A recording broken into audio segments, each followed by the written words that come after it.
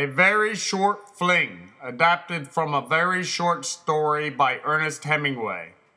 One hot evening in New York, they stepped up onto the roof and he could look out over the top of the city. There were skyscrapers. After a while, it got dark and the searchlights came out. The others went down and took the bottles with them. He and Mel could hear them below on the balcony. Mel sat on the steps. She was cool and fresh in the hot night. Mel stayed through the night. He was glad to let her. He sat beside her on the steps and they talked. As they talked, Mel did not get up from the steps. They were only teenagers. He liked Mel. As they sat on the steps, he thought of Mel naked. Before they went back downstairs, he seduced her. It was dim and quiet, and there were other people downstairs. It was their first time, but there was not enough time.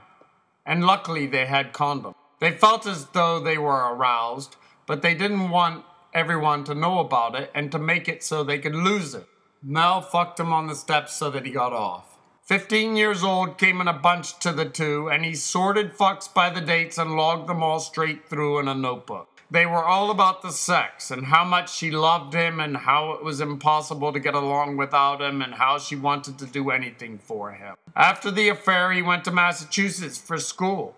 Mel would not go to the same school until he could come to New York to meet her. It was understood he would not drink, and he did not want to see his friends or anyone in New York, only to fuck. On the train from Massachusetts to New York, they quarreled on the cell phone about her not being willing to come to Massachusetts for school. When they had to say goodbye in the station at New Haven on the phone, they were not finished with the quarrel. He felt sick about saying goodbye like that. He went to New York. Mel did not meet him. It was lonely and rainy there. Staying in the rainy city during fall, a movie director fucked Mel, and she had never known it in the asshole before, and finally called Massachusetts to say that theirs had only been a boy and girl affair. She was sorry, and she knew he would probably not be able to understand, but might someday forgive her and be grateful to her, and she expected, absolutely unexpectedly, to be in pornographic films. She was satisfied by him, as always, but she realized now it was only a boy and girl satisfaction.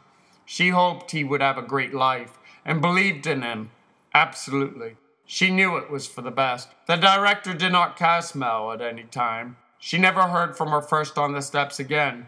A short time after, she contracted gonorrhea from a man she met while sharing a taxi cab through Central Park.